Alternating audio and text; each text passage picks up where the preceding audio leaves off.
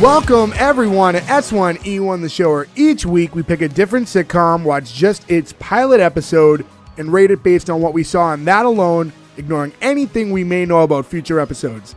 This week we're going to be talking about It's Always Sunny in Philadelphia. Always Sunny went over 150 episodes at this point, ranging 14 seasons, originally airing on FX and now on FXX. We're going to be talking about episode 1 today, The Gang Gets Racist, which originally aired August 4th, 2005. So to get things started, I'm Jay Gags. With me, as always, the guys, Gordo, Nick, Berg, and Joe. What's going on, guys? Hello. Hey. Hello. When you say your sister, you mean your... I was going to say that. Do we call this... I didn't realize that was the name of the pilot.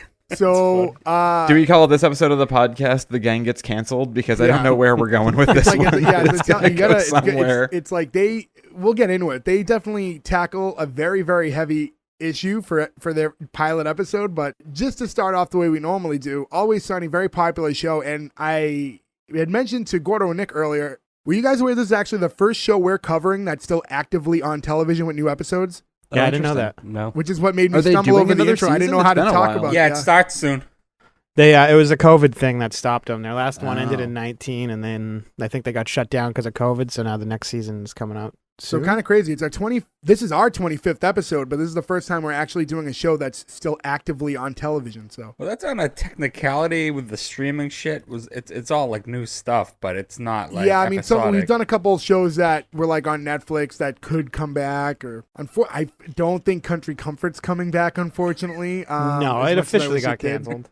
They killed Don Hell Everly. right now. They're not allowed to come back. So for those of you listening who haven't heard it yet, go back in the archives, listen to our Country Comfort episode, and a reminder also, go to S1E1pod.com. That's where you can find the links to all our social media and everywhere we can listen to us. S1E1pod.com. Make sure you rate, review, subscribe, do all that fun stuff. But On a personal note, I would like to give all of us a nice Barry Horowitz pat on the back. 25 episodes, boys. Oh, that's right. Yeah, so 25, a nice round number. So that's why we're trying to give you a little bit of a treat with a nice, a bigger show, a little bit bigger than some of the ones we've done lately. So the podcast could now rent a car? Is that what I'm thinking? Yes. Well, with less fees. With less fees. Right. With less fees. Okay, you can do it young. Yeah. Right. Yeah. So you want to send us fees? That's cool too. So yeah, just to get things started, you could send Ferg feet pictures. Give me them feet. So episode 1 is called We're starting off with a bang here. The Gang Gets Racist, which is, without even turning the episode on, you go, wait, what?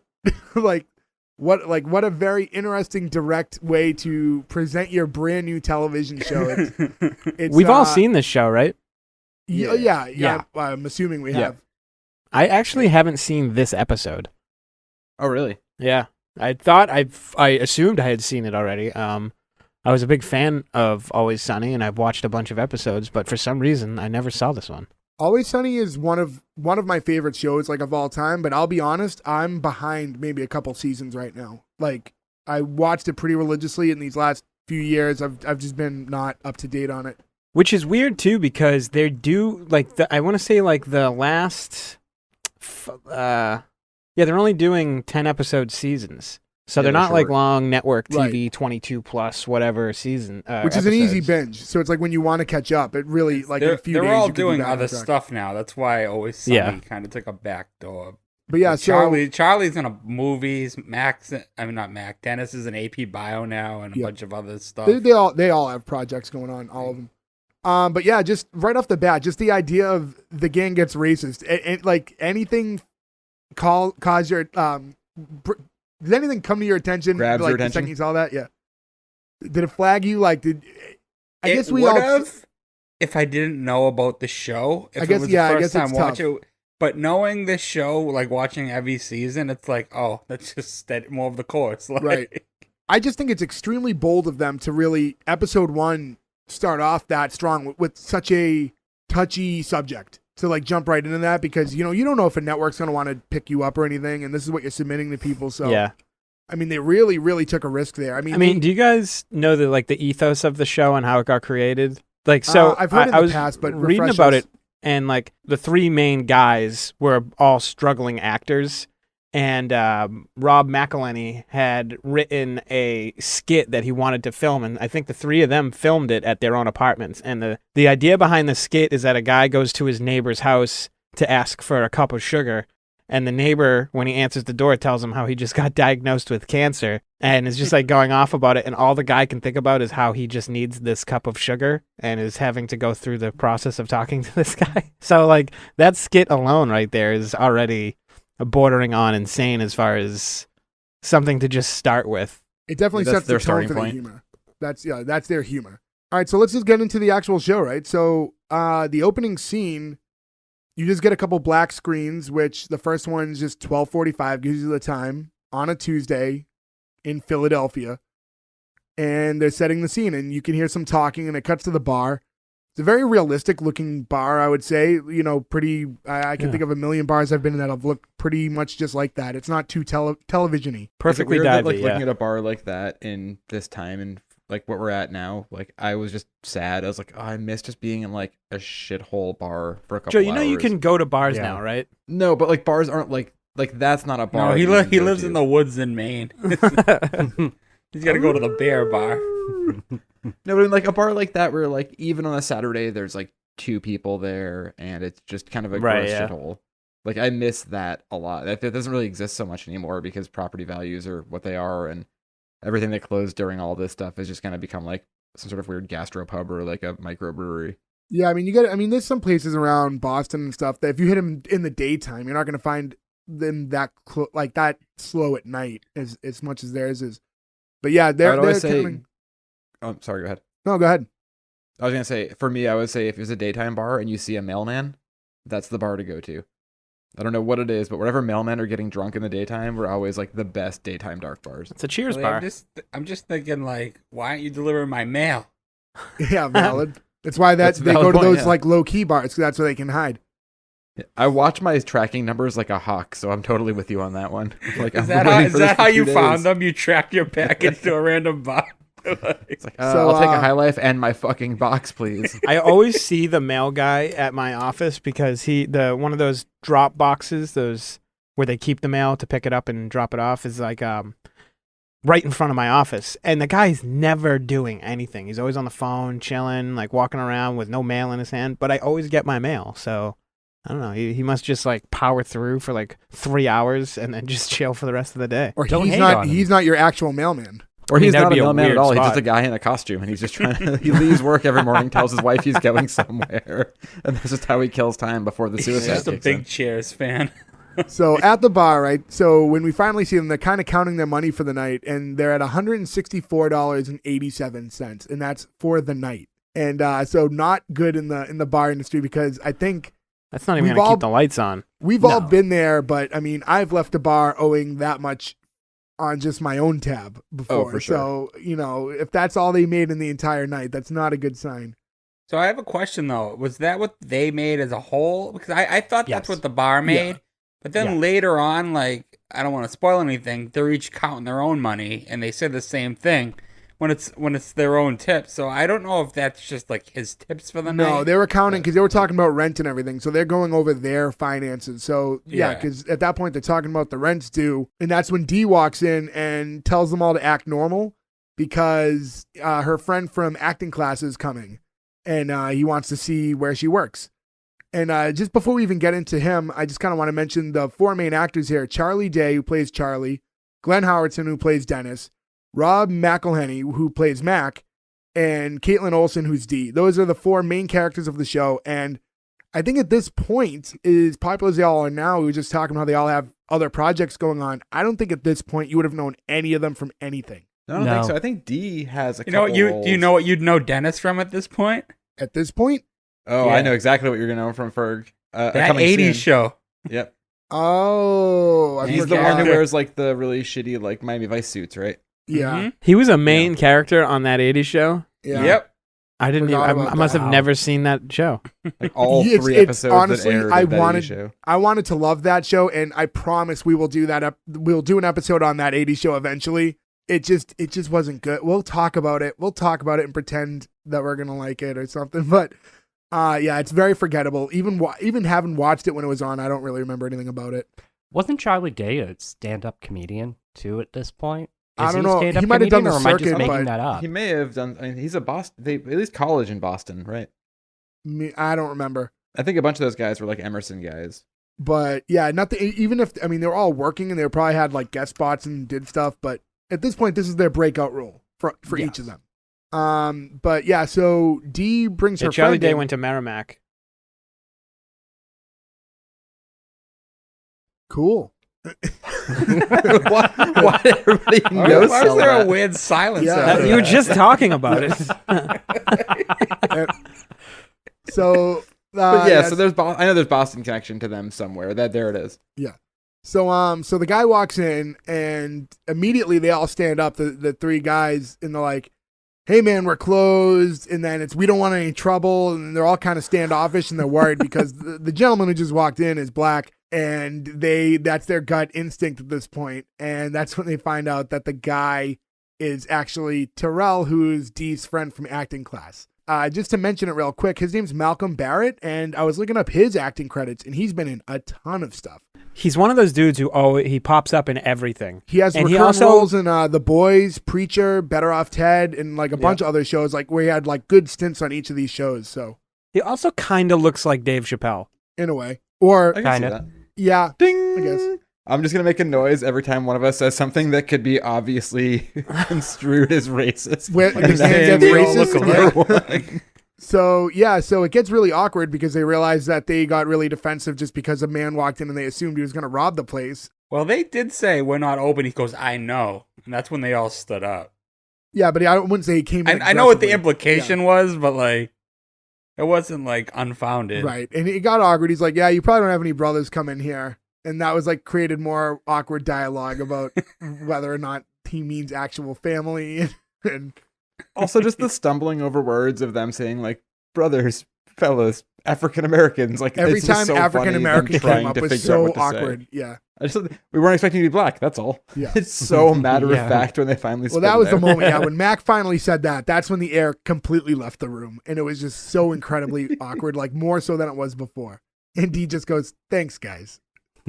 And that's when we get the actual intro of the show, right? Which is a title screen that shows the name of the episode, which was The Gang Gets Racist. And we see the intro of the show, which is just a lot of like what looks like home footage type shots of Philly, kind of comparable to the intro to The Office, right? Only Yeah. this doesn't show any cast members. This is just shots of Philadelphia with kind of this classical music playing. It reminded me I was too of gonna Married with say- Children, the sort of driving around the fountain. Yeah, There's only been shots that's of like Married The with Office, Children. where that one gets into at least showing you the cast at some point. Where this one does it tips you nothing about the show. It's just straight up shots of Philly. Yeah, I wonder if that plus the music that's clearly like free, rights free music, if that was just completely budgetary at the time. I'm sure it was. Yeah, I don't know Oh, who probably. composed that. I never looked that up, but the intro works for me. Like I like it. I mean, in a way, it just fits the show. Watching it, with fresh eyes, pretending this is the first time I've ever seen it. I didn't think much of it one way or the other. I thought it was fine, and I was just. I think in hindsight, I'm sorry. Go ahead. It was making me think about how a lot of intros in general are, if you took them as standalones, right, and say you cut just the intro off and you were watching them on YouTube or something. If you watch the intro to this show and have never seen it, you have no idea what the show is about. If you put on an intro for like Family Matters or Full House or some of the older sitcoms, you know exactly what that show is based on the intro alone. But that's kind of like just how things have changed over time, I guess. But modern shows still show you a little bit more. This one just kind of gets away from it. Yeah, no, I think that with makes sense. time, like No, I was gonna say I got a complete Office vibe from it. Just it reminds me of like the shots of Scranton Right. that go around just without the inside. But no, I wouldn't know anything about this show, what it was about, or anything. And I think that's a more modern technique is Yeah. to not tip your hand. So And to I think speak. back to like we did Wings, a few episodes back, we covered Wings, and their intro was similar. The Wings intro didn't really work for me because I thought the vibe was too off from the show, which technically this one is too, but it doesn't bother me here like it did with Wings. See, I don't think it's a modern thing. I think they're trying to spoof like the older shows of like the 50s and stuff. Not like those really old shows that like your grandparents would watch that like you'd come in the room and be like, this is on. or even Taxi to a degree too, right? Yeah, and I think you mentioned Taxi when we talked about Wings, actually. Yeah, it's just like a car driving around in a sad sort, like just like a song without any lyrics, right? I feel like this sort of falls to the same sort of category as that. But I think they did that because like this supposed to be like people like time forgot, like the members of a bygone era, like they're uncomfortable in front of a black person. They they just work at a bar, all that stuff, and like that's the theme. It's like it's just very simple music with old backgrounds, members of a bygone era, stuff like that. So Terrell, once we cut back into the new scene, Terrell's sitting there with everyone now. They're all sitting at a table together. And he's kind of getting into this really long story about this altercation that happened when he was at a bar that he was helping promote for. And he was talking about some Mexican guy that he ran into. And they're all very locked into this story. And he starts talking. The story in itself is kind of ambiguous if you're listening, right? So they're all taking it like he's getting into his big fight. But the way he's wording everything, Dennis is kind of picking up on it because Dennis looks confused as the story is being told. But he's saying that he sees this guy and he calls him into the back and they meet in the alley and he tears his ass apart. Well, and they're like, oh man, like they think that he kicked his ass. But Dennis is sitting there very perplexed. He's like, wait, what? The subtlety of the story is the writing is very good. They're throwing hints at us, the viewer, right away. The ambiguity. Yeah, ambiguity. I didn't sound right when I said it. Ambiguity? Ambiguity of the story was like perfect. Yeah. I think they tip their hand just enough that you might not even catch it when he's telling the story, but they're giving you reason to question it. I was going to say, did any of you catch that? I did watching it. I knew the plot from seeing it in the past, and I didn't even pick up on it this time. So I didn't either. Yeah, I hadn't seen this one in a long time, and I forgot about what the sort of hook of the episode was. And then when they said that, it took me until the end of this episode where I was like, oh shit, yeah. You know when it caught me for sure is so at the end of his story when they're all going like, oh man, and they're impressed, and you can see like Dennis really question it. He looks over and Terrell gives him like a really big smile. And I felt that at that moment, that was super tipped off at that point, the way he was smiling at him. Yeah, me too. That's when I got it. I thought something was off, and then when he said that, and Dennis was kind of giving him like the look, and then he gave him another look, and like gave him like a pat, I think, on his hand or something like that. That was like the tip off to me, because I haven't seen this in years, this episode, so... And even then, even when I rewatch, I try to avoid the first Frank Free season, but yeah, that's the other thing about I haven't seen these is... episodes very much. This whole first season. And again, we are watching this episode free of any knowledge we have of future episodes. So but that's what I'm saying. I'm just saying Frank? I haven't seen this season very much, other than maybe twice. Right. But and this season's really short too, right? Like not even 10 episodes. It's like 4 episodes or 5. It's like 4 or 5. Yeah, it's pretty short. Which the first season of The Office is like that too, right? That's pretty standard for starting sitcoms, unless they're like immediately super successful. Like, oh, give them 20 episodes, but like it was a 7-episode first season. It was 7, and when this started too, though, FX was like nothing. Like FX had I was saying this. I think without Always Sunny, FX network as a network probably wouldn't have made it. I don't think so. Yeah, and we wouldn't have gotten the League on FX without Sunny either. It's just they really like rested their hat on this show for a long time because they didn't have a lot else. You said what? This was 05, right? In 05, they were not really pushing the envelope as far as topics and even language go. And like this was one of the first ones to like on network television get in there with that. And I think like so many people enjoyed it on network television. It just like gave the network a real big push. I think if we were to compare it to anything that we've covered before, when we talked about how Married with Children was kind of right there at the cusp of things changing socially, I think Always Sunny was just kind of there at the same point to do some of that same thing. Yeah, for a different era. Yeah. I think, and they're both on Fox affiliates. I think that's, one's on Fox, one's on Fox X or whatever, FX. And I think this too, the one point I always took from this show, or even just watching the first episode, is it's like an updated version of Seinfeld. I don't bring Seinfeld up a lot in a lot of episodes, but I really feel like everything is Seinfeld. This is like a crude. No, I'm with you, Joe. Thank you. On my notes, I have this is a cruder, more modern Seinfeld, upgraded Seinfeld. That's what I totally. Have in my It's notes. like following that same path and the same type of people. It's just Seinfeld instead of 87. It's 2005, and a lot has changed in 20 years. Well, you know what's weird about this show in comparison to it though is Seinfeld has a main character, and this one does not. The ensemble is very much all the main character, and whereas Seinfeld is based around Jerry Seinfeld. Right. But That's a good point. now I'm gonna mess it up. It's a tough one, isn't it? You know what? Yeah, it is. So much so, I'm just gonna sidestep it. The ambiguity. Not Thank that you. For hard. the ambiguity of Amphibian. it is that with Seinfeld you had kind of a plot about nothing and it revolved around Jerry, like you said, whereas this is reversed where they have a bar and that's kind of the main idea. Yeah. That's the Jerry, and then they just kind of circle around it, and it's Right. really kind of same thing. It's about nothing, really.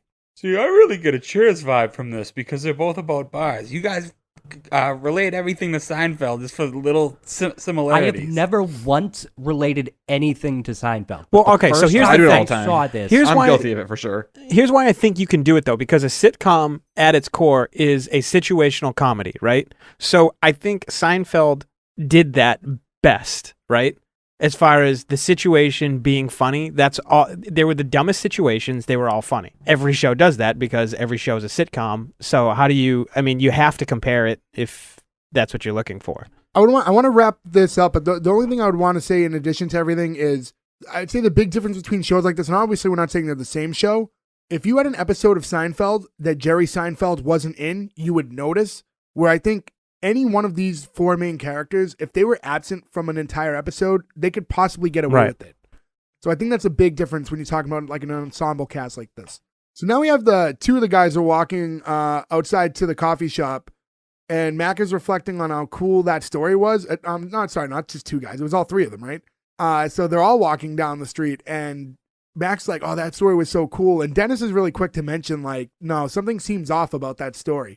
And Mac just goes, no, you're racist. Like, he's like, how's that racist? I just said that the story sounded off. Like, so it's like their uncomfortability with like what's racist and what's not. They don't know how to tackle the issue.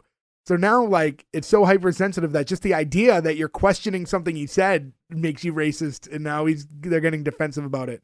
So really, again, it's That's such a very weird, 2021. So they sit outside, and then they're telling Charlie to just sit down because he was going to walk right in, because they tell him he can just stare at the waitress once she gets there. And they tell him how he's obsessed with her, and he's like, no, I'm not obsessed with her. He's like, I might have a crush on her, but that's it. This part gave me a really good laugh, too. She just happens to come out when he's repeating his story. Yeah. So Yeah. this was like a big moment for a debut episode of a television show.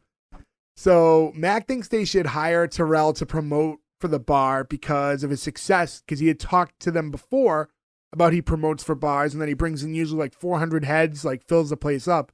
And then Charlie is kind of supporting it, and he's quoting Terrell by saying, N-words hanging from the rafters, but he uses a hard R. And I'm like, He does use a whoa. hard R, yeah. I did not expect the hard R. I thought he would just get kind of like, it would be taken note that he just used the A at the end version, and he went hard R, and like just sitting alone at Even home that would watching have this, surprised me a little though too. I thought he was gonna be like, I did not expect it at all. Like if I've seen this episode years ago, but watching it today, I did not recall that happens, and I was like, holy shit, I was not expecting that. Did you go back and listen? I didn't notice the hard R. Oh, I watched it back. There's a hard R already. It's a hard R. Oh, it's there.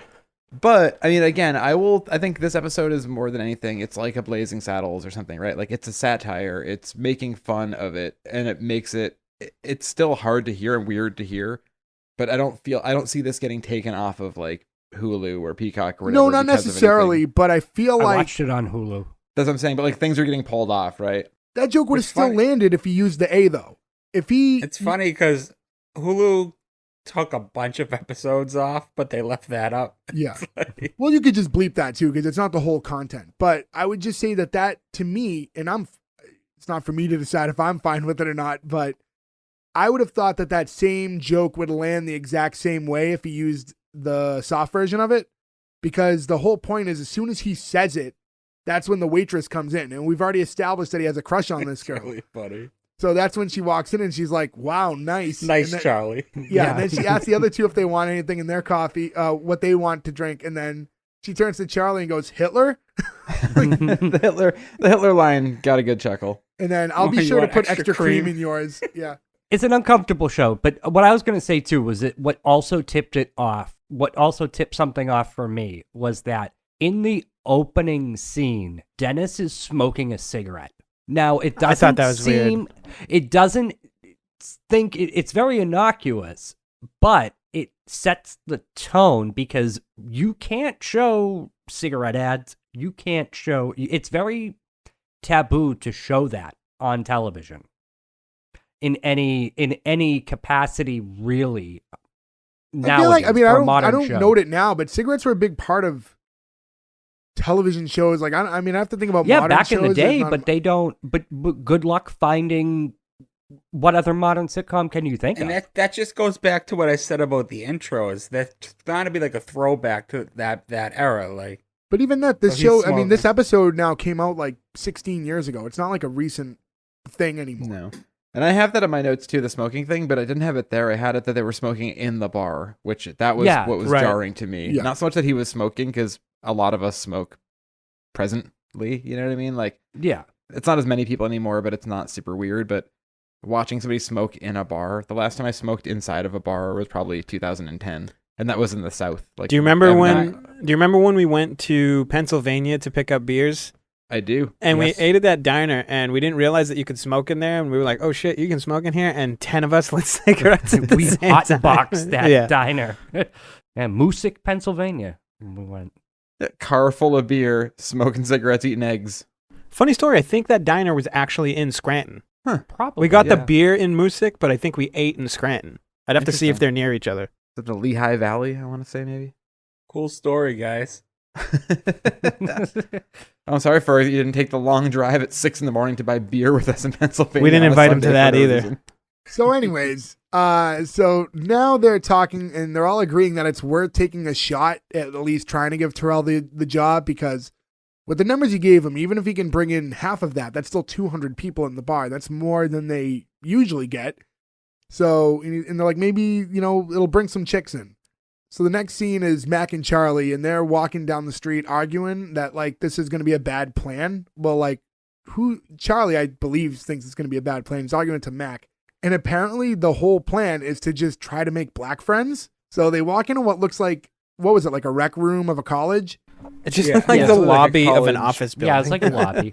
So, and then Mac walks up to this table where they're playing like dominoes, and he's just trying to like awkwardly insert himself into the conversation, and he just gets stared at and slowly backs away.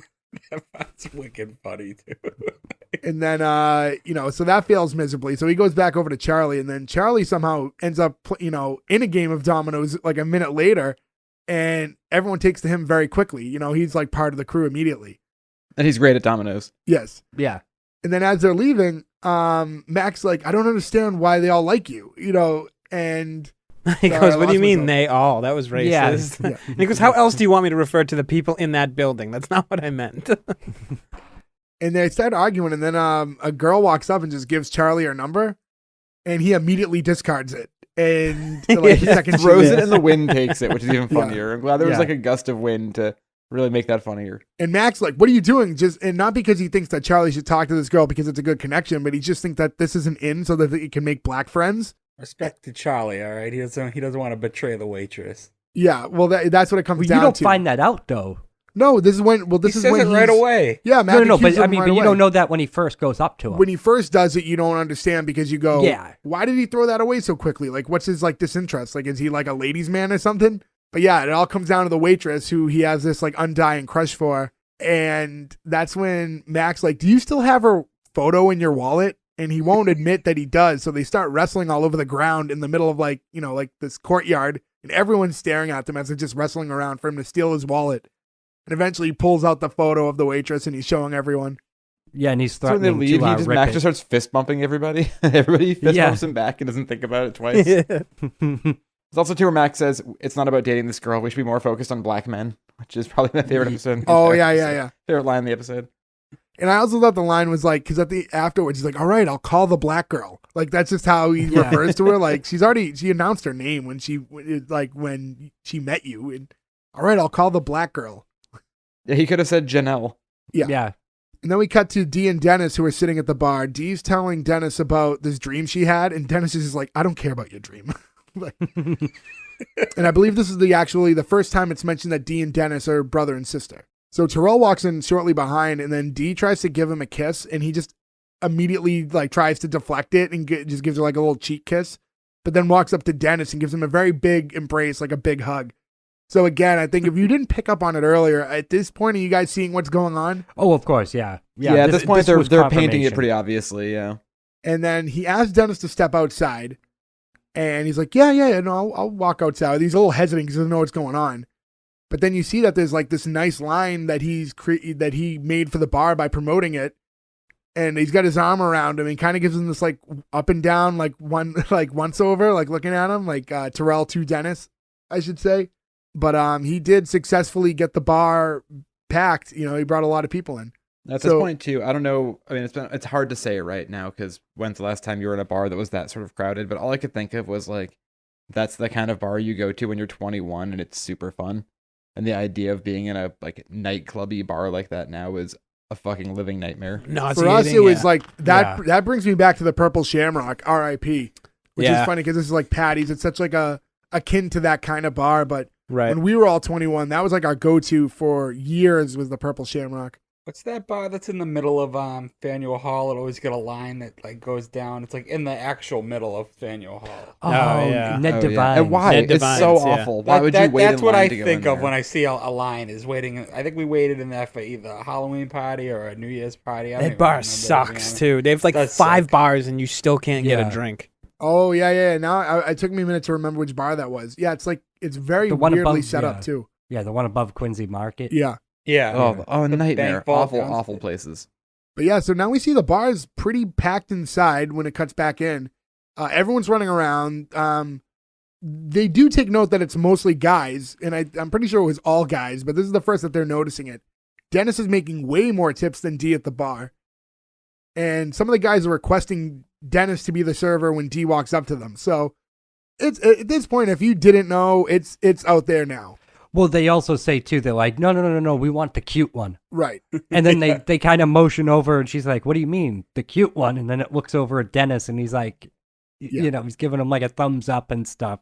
And does that matter? Does anybody here? Does that matter to them? The bartender? Would you be like, I'd rather give my tip to that person? Unless it was a situation where like one person was like super shitty and one person was being good to you all night. Yeah, unless it was something like that. I would never care who the bartender was. When I was younger, I would notice if one bartender was more heavy-handed than the other, and that's the direction I would tend to go in when I was younger. Sure, yeah.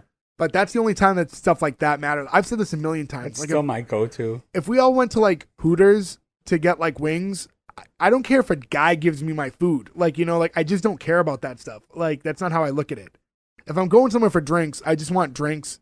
If I'm going somewhere for food, I want the food. I'm more concerned with the company I'm with. I really don't care who's serving me. It's really not part of the situation for me. I've never been to a Hooters. Is it what's the deal? It's like a chain bar food. No. Yeah. Burgers. Is it wings. like a Chili's, but like it's girls in shorts? No, it's not like Chili's. Why not? I wouldn't say because it's a different style menu. Like they don't have like. It's a sports bar. It's a sports bar with tits. Like yeah. Like have you gone to a Buffalo Wild Wings? No. I was gonna say because they're exactly the same. You know, Joe only goes to Applebee's. I love Applebee's. I'm waiting for the day where Applebee's is like gluten-free menu. I'll be there every day. Joe, I know like you remember it with rose-colored glasses, but I can tell you with full confidence, Applebee's isn't very good at all. Oh, unless you want to sponsor us, and then Applebee's is great. Of all of those, Applebee's isn't good. Of all those restaurants, like the 99s of the world and shit like that, Applebee's is not the best one. They rank at the bottom of all those types of chains. Sure, I used to like Fridays and Chili's a lot. I mean, they have all good. I like Fridays. Denny's and I was talking about Denny's recently, and there aren't any around here anymore. No, was there one around here to begin with? There was one in like Danvers area years ago. I remember. There was the one we went to our last day of school. Remember when we stayed up all night and we went to Denny's on Route 1? That was Bickford's. Shit, you're right.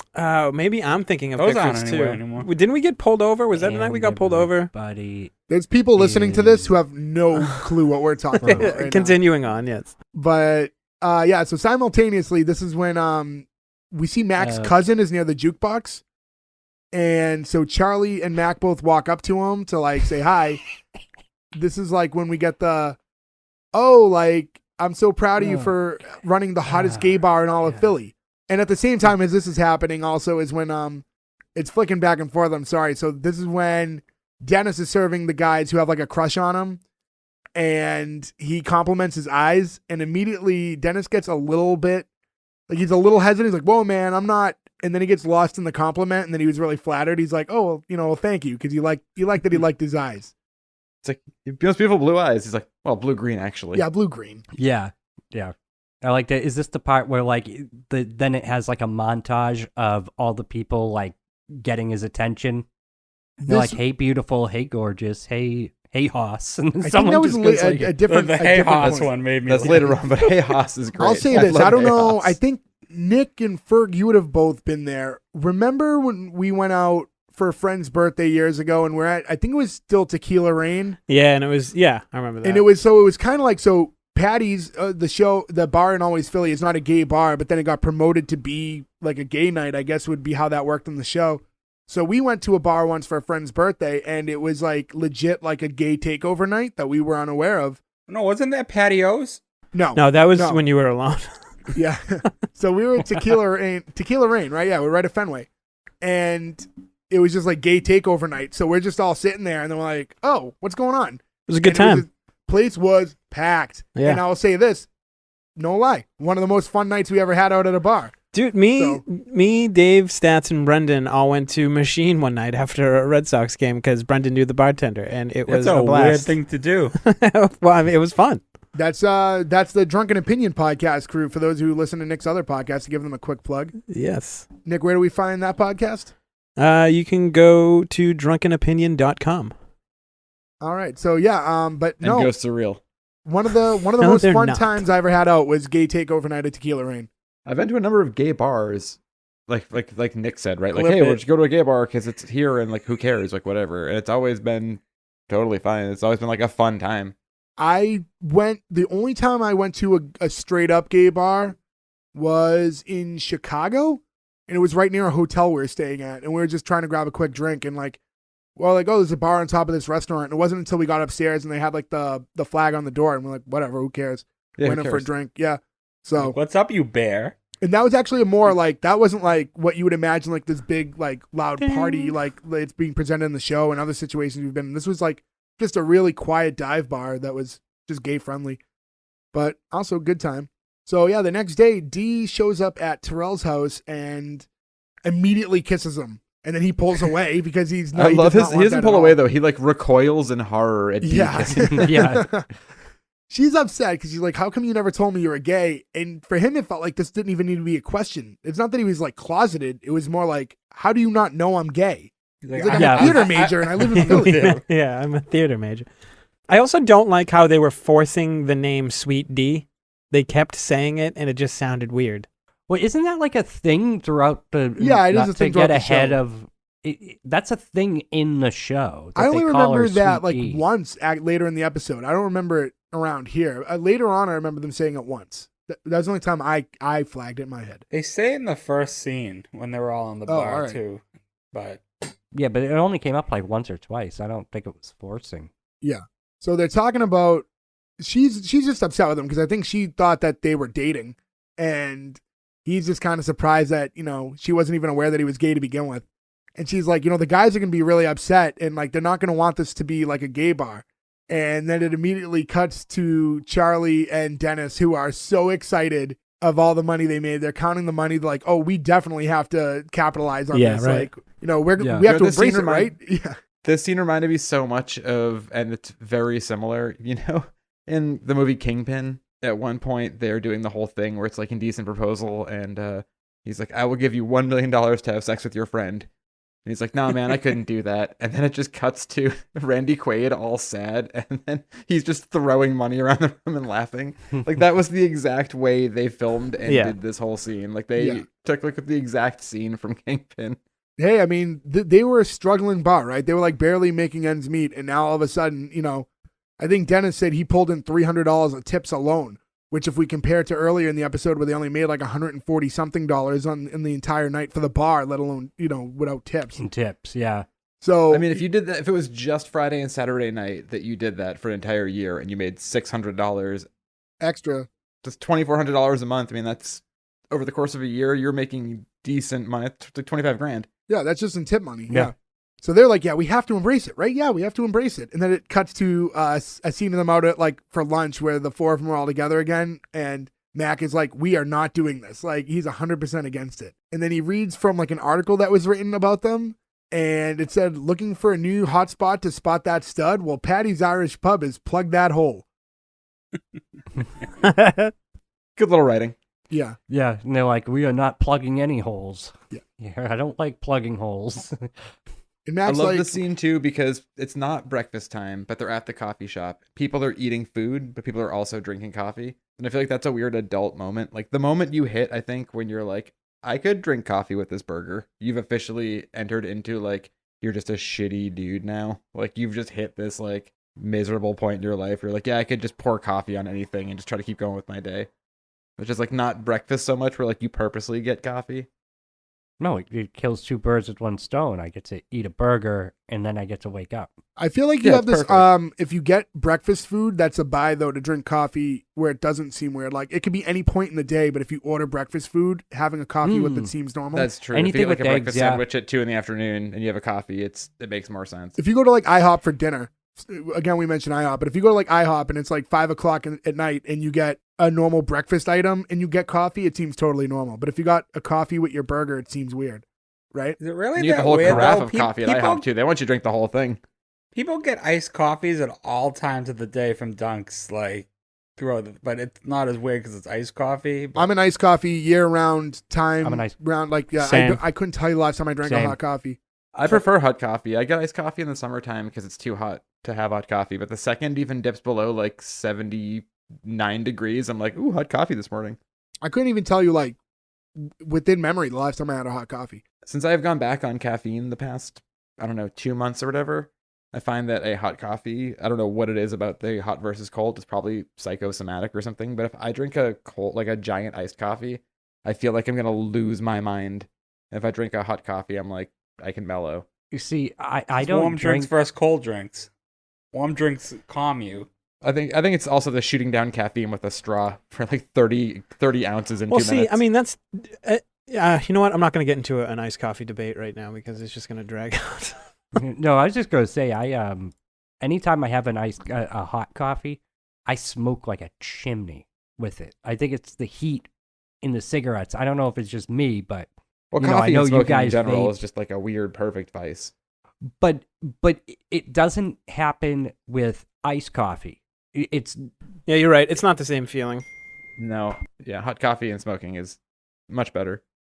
yeah, it's something with the oral thing, the oral fixation there. It like stimulates it. So yeah, so they're going back and forth about this, and D tells Dennis he just likes the attention, and that's when they cut to what you were saying earlier of all these scenes of different Yeah. guys complimenting him. Oh, okay. And I think that's true. I mean, you could definitely see that, like, because he was so flattered earlier when he got a compliment. Like, the attention is big with him. But so they go to a vote, right? And they said, like, all right, let's all vote and we'll make a decision here. And then you would think it's 2-2, but then they make it very clear that Dee does not have a vote because she's not one of the owners of the bar. Being just the waitress does not count. Or she's just a bartender? Yeah, just a bartender. They don't have Just to a vote. bartender, yeah. Yeah. So Charlie's like, all right, so anyone who doesn't want it, who's an owner of the bar, say nay. Like, makes it very clear. So 2-1 bar. I mean, obviously, we're not talking about the future of the series, but you get pretty quickly that like she's the one they step on constantly. Oh yeah. They She's it the starts here. Andre. She yeah. is the Twilight breaking Dandres. Yeah, so for those of you who want to go back to our episode of The League from a few weeks ago. But yeah, so the vote's in 2-1, so they're gonna stay a gay bar. So but the next scene is Charlie's gonna take the girl on a date that gave him her number earlier. So he takes her to the coffee shop where the waitress works at. At first I thought he just wanted her to see him with another girl to be jealous. Like just a jealousy thing. Yeah, Yeah, like that's what I got That's too, what I yeah. thought until he walked up to her and made it very clear that he just wanted her to see that he was with a black person because of the hard R comment that she heard earlier. So it was just to establish that he's not racist. But also, he's so shitty to her in this scene, too, where he's like, I thought you said we're getting a drink. I don't really drink coffee. And he's like, yeah, okay. It just like walks up to the counter, just doesn't give a shit. And at that point, I mean, like, I realized it was all about his obsession over the waitress, but it really didn't flag to me that it had anything to do with the she thinks I'm racist thing. Did you guys pick up on that when it first happened? Yeah, I think I got that. Yeah, I think I was getting that. Like, when he walked into there, you were like, okay, he's going to try to prove to her that he's got a black friend. I was with you, Jay, that I thought that he just wanted to make the waitress jealous. And then when he started talking to her, it was like, oh, makes sense. Yeah. So now him and the waitress are going back and forth. And then Janelle, his date, is hearing that. So she walks up and she's like, what's going on here? And that's when the waitress immediately clues her in. And she's like, oh, Charlie just wants me to see that he has a black friend. And that's why he took you here. And she's like, is this true? And he goes, would that upset you if it was something that was true? And Like, I love the way he delivered with a that. black eye. Yes, immediately cuts to him nursing his black eye back inside the bar. Also, dumb move by the waitress, because that might have been her opportunity to get rid of him. No, because I think They even worked then, out. she No, can see that it's not about the fact that he's on a date. It's all about her anyway. So he really doesn't have interest in her.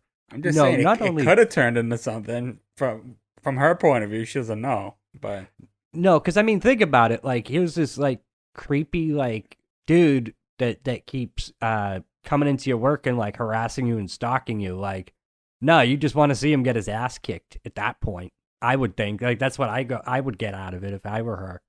You know, like anything that you could do to like fucking make his life miserable for making your life miserable. Like, I don't think that these are, I don't know, people that take the high road so much. Like, I don't get that vibe from this show thus far into the series here. You know, that they're all sound decision makers, you know. So yeah, so when one thing was when Dee was helping Charlie and like kind of nurse that black eye and he's telling her the story, she takes note to the fact that the girl's name was Janelle, which I didn't really pick up on at the time. I just thought it was weird that she was so like, wait, her name's Janelle?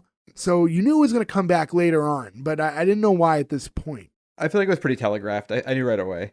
Did you? the thing is, how do I say this and not sound bad? Her name's Janelle. That's a semi-common name. It's probably not the most common, but Dee knows who it is by the name Janelle. Like, why not like African Americans can have some strange names. Ding. Like, Ding, but ding. why not give her like I don't know how to, you know what I mean? I don't know how to say it without sounding terrible. It's getting You cut know why anyway, they so didn't it's do too it? Late. There's no backing up here now. You know why they Why? didn't do it? Because it's racist.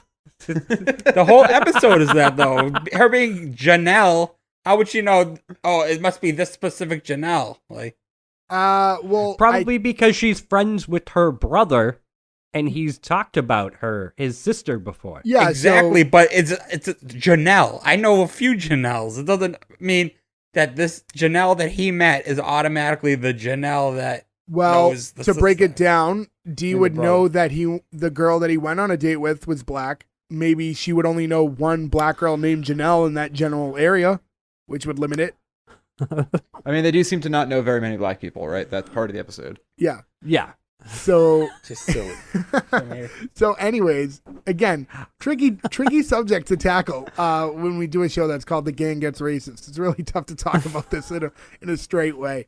Also, I did want to mention, actually, to go back on that, this episode is called The Gang Gets Racist, and because there's obviously racial issues that are woven within the entire episode, but I actually felt like more of the episode was about the fact that it was like a gay bar. Like, I thought like that was really the the bulk. gang gets Yeah. homophobic. The gang is homophobic than the gang Yeah, I is felt like racist. that was more what the theme of the episode really was. It was more like, yeah, It's funny because even the episode's a bait and switch with the name. right. But then they think they're getting this new hip like black bar, but they get the new hip gay bar. Yeah. Like, so it actually applies to the name as well. It's But as I watched it, I was like, this isn't as much about race as I thought it would be. I mean, it certainly weaves in and out, but the real theme the whole time was more the fact that it was a gay bar. But No, I mean, because they all throughout the whole episode, it's all like them trying to grip with racism and like trying not to be racist. But Yeah, I just thought that was more the B story. But I wanted, so at that point, after this whole thing happens with her name's Janelle, the next thing we see is Dennis at the bar, and he's like just in a black tank top dancing around the bar now. Killed me. I pan loved over it. to him in the tank top, just dancing and serving He drinks. was embracing it, making Killed a ton me of 'cause he money, embraced getting it all this so attention. hard, yeah. Yeah, he loved every second of it. Good for him. Yeah.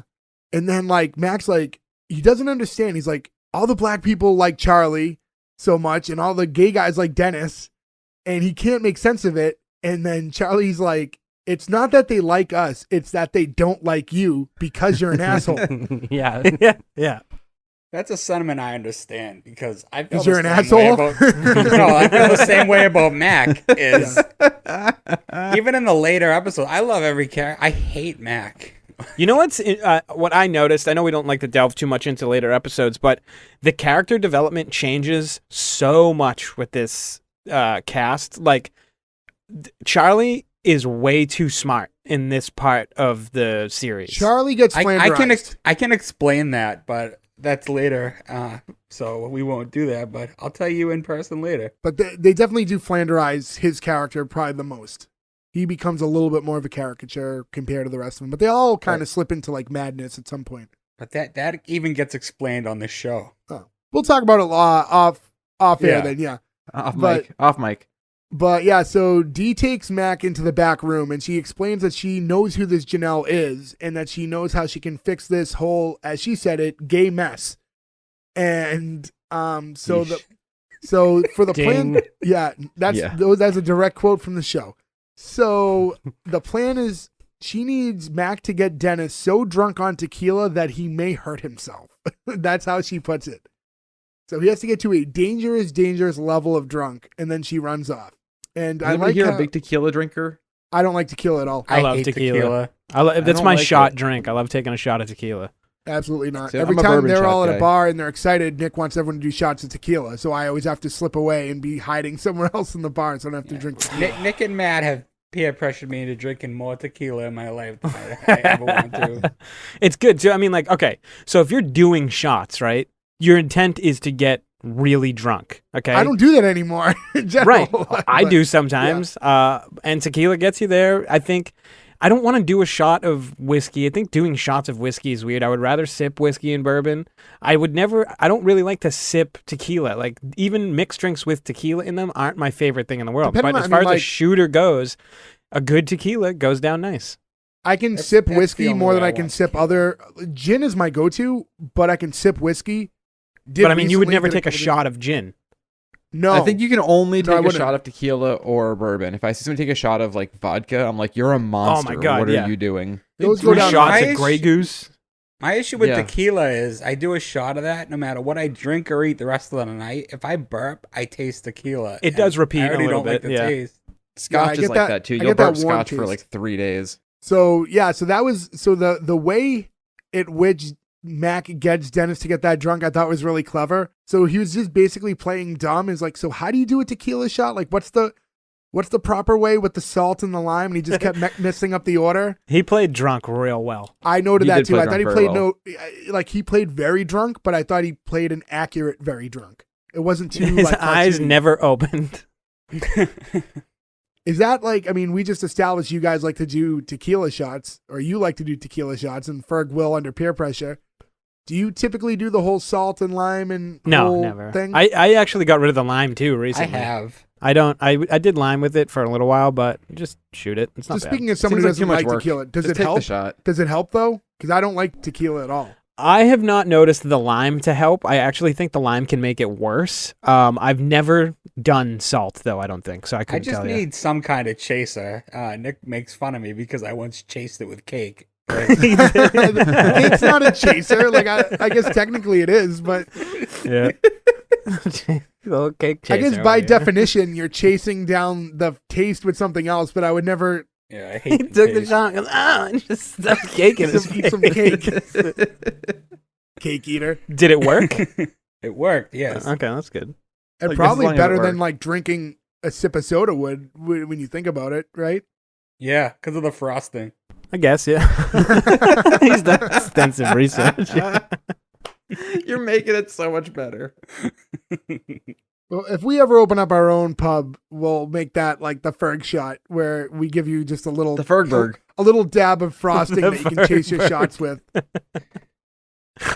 I remember not to harp on this for too long, but I remember when Ferg would diet, he would just drink vodka soda and give like a little squirt of the Mio, and Oh yeah. he'd drink like a pint of vodka in like I would 25 black out minutes. every night. He would just puking in his That was tub. because it wasn't just, it was Mio Energy, so it was adding caffeine to it. Never a good idea. Shut off the lights, like, terrible. Ugh, that doesn't sound appealing to me at all. It was tasty. Man, Ferg's delve into vodka was fun. Not for him. So Not so much for him, but so That's anyways, my go-to. you know what? Let's mention one more thing before we move on. Years and years In ago, the basement. in my basement, years and years ago when we were younger, No, Ferg drank a lot of like 100 proof Smirnoff.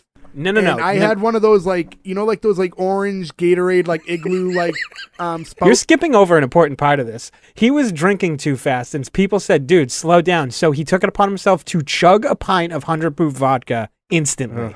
Don't challenge me. Yeah. No, when Bad, challenge you, bad that's idea. the thing. The objective was to try to warn you as a friend to drink slower.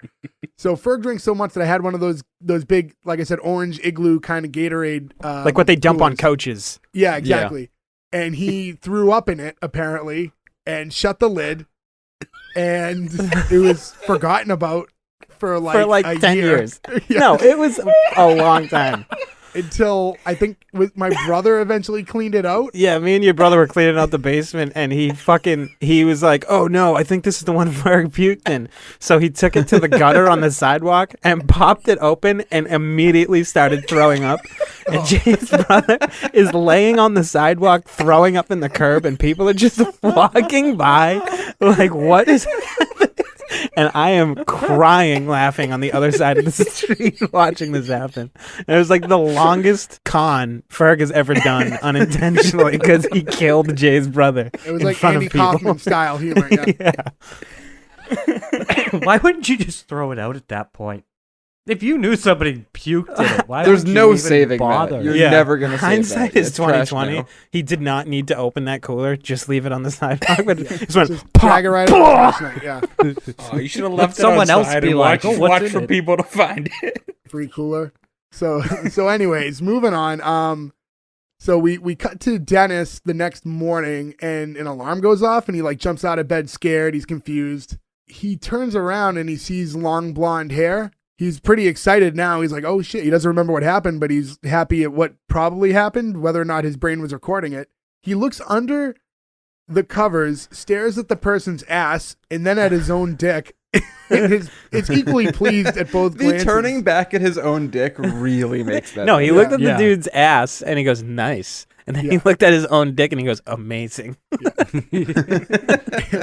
And that's when, it is a man. The guy turns around and it's a mustached man wearing a blonde wig.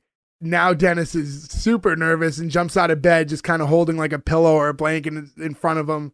And the guy is like, oh no sex. It was only hands. And as soon as he's told that, this like giant black guy walks in and enters the room just like wearing a towel, slaps him in the ass and goes, how's that ass feel? So Easily the funniest part of the whole Yeah, of the When whole they pan in at episode. the beginning of this scene too, they cut across to Dennis's nightstand, and his nightstand just has 2 used condoms and a crumpled Black Label beer can. I think Oh, I the didn't two notice used that. condoms Cut were across in it an really ashtray quick. too. yeah. Oh, was it an ashtray too? So I now missed Dennis all runs that. into the bar, and as the other guys are playing darts, and Mac is saying that he's on board, but we know Mac was part of Dee's plan to kind of get Dennis out of this. Dennis walks in, he's like, we can't be a gay bar anymore. And Mac's like, why? I thought, like, whatever. But he just kind of keeps dropping experiment into the conversation. Like, oh, you experimented with something and it didn't work? Because he The knows what the experiment's setup over. was. Terrell walks in with like a box of new CDs because he's trying to liven up the vibe of the place. Dennis has like a sidebar conversation with him, and he just explains that it's not working out. Charlie tries to stop it, but that's like right when Dee walks in with Janelle, his date from before. And he's like, that's the crazy bitch that punched me. And that's when it all comes full circle because Janelle is Terrell's sister. Which then brings back when you say your sister, do you mean your sister again? Yes. I mean, she's my sister. Yeah, Mac needs clarification. Yeah. And that's when Mac's like, yeah, because earlier you implied that I thought you guys were all related, but it turns out you people actually are. And it was like, what? And it got incredibly awkward again. Yeah, record scratch. And they let it breathe because he says something super awkward, but they let it be known that that's an awkward thing for him to say, and everyone's uncomfortable as soon as he says it. It doesn't D tell him to shut up? I don't recall, but probably. Oh, is that no? Okay. I think it's just like she looks at him and is like, just shut up. It's like very subtle, like just stop going.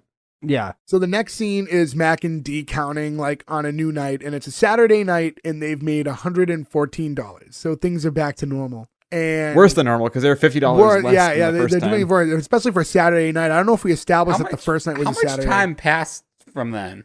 It was probably like the next night.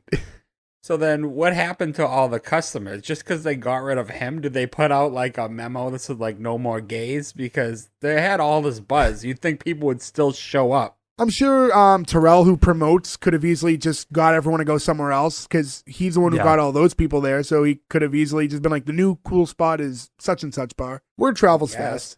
Yeah, that's 2005. So you have like nascent social media. People have their cell phones. Yeah, there's some semblance of internet use at that point. It was probably like a good MySpace post that was going around like on their bulletins. There was definitely a MySpace post, maybe a live journal. Find us at MySpace/S1E1. Yeah. No, we'll have to set one up. We'll have to set up a MySpace account. I thought about doing it when we were setting up. Can you still make new ones? You can. Justin Timberlake bought it. But that was years and years ago. I think that's over now too. It exists. No, it still exists. I don't know if people use it, but it exists. But yeah, so Mac asks D like, "Oh, what exactly did you have all your actor friends do?" And that's when she's like, "Oh, actually, no, I didn't get a hold of them. They couldn't make it." So, apparently everything that happened to Dennis was real. Like the plan was to set him up so he thought something happened, but it did in fact happen. And it cuts. Yeah, he set himself up. Yeah, we end the episode with that flashback clip to right before that. And it's just the guy walking up and how's that ass feel as he slaps Dennis on the ass, which is the perfect way to end that. And then we get right into the credits. That's a great ending. So so that's it. That was the entire episode for the intro episode of Always Sunny.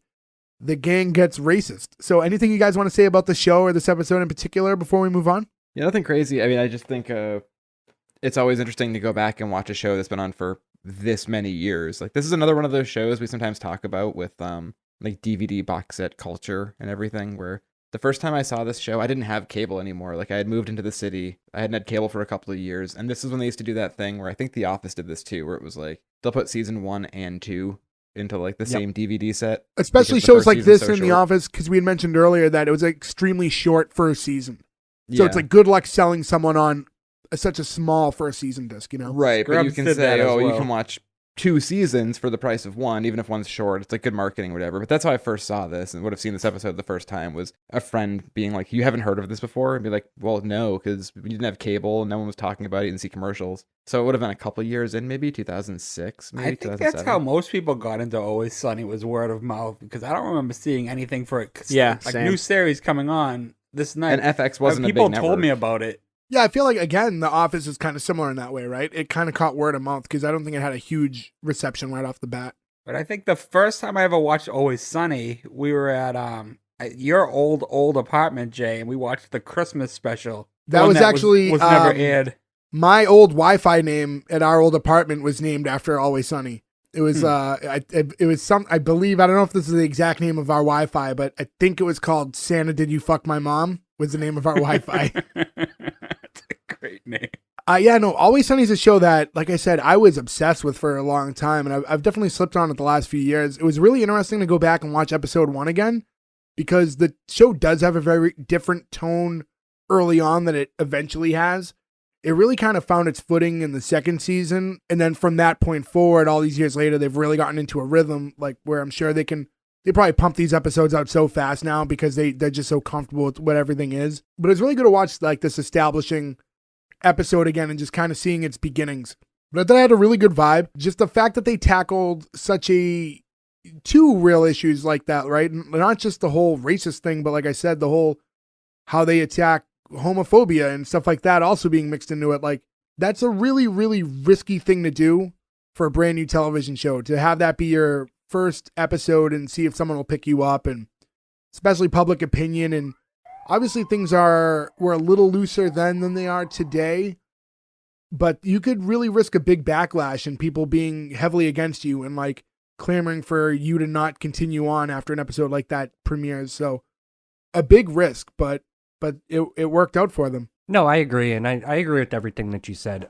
This is actually one of the few television shows that I own season 1 and 2 on box set, and I haven't watched it in a long, long time. And you're right, it does get into gear once the second season really gets up and running. But for that core group to be able to take on a subject like this and be able to continue, I think is a testament to the writing of the show. Personally. Totally. So at this point, let's get right into our green light or cancel. So again, forgetting anything we know about the future of this series and all the seasons that follow and everything that we've seen, to go just back to what we just covered, episode 1, The Gang Gets Racist, green light or cancel, starting with you, Nick. This is a green light. I don't want to use the word cutting edge because I feel like it's too much, but I do think in a sense it was, as far as, I touched on this before, where they were willing to, or how close they were willing to get to the line. And I appreciate that. I think more people should do that. I'm glad that they did it and that they are still doing it. To come out of the gate with an episode like this, like we've talked about, is pretty ballsy.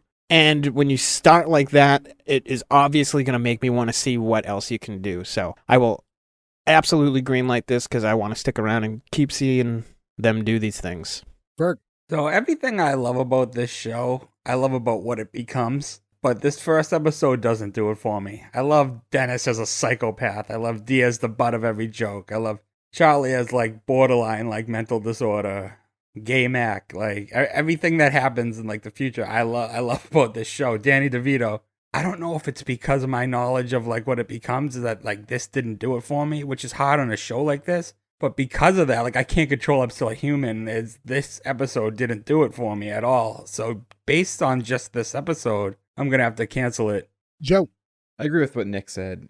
This is the kind of thing where you're like, okay, well, if you're starting off with this, I really want to know where you're going to go. Subsequently, that's what I did. After we watched it, the initial time, I was like, okay, you got me, and I've been on board since the beginning. Not everyone can do this kind of humor well. Sometimes it's uncomfortable. Sometimes it's like, it's too offensive or they're trying too hard. I think they really balance it well here, where it's actually funny. It's clearly satire, so it's never in bad taste. It's never mean, right? And that's the important thing. Because it wouldn't be as funny if it was mean. And yeah, I really enjoyed rewatching this, so it's a green light for me. Gordo. This is going to be a green light for me.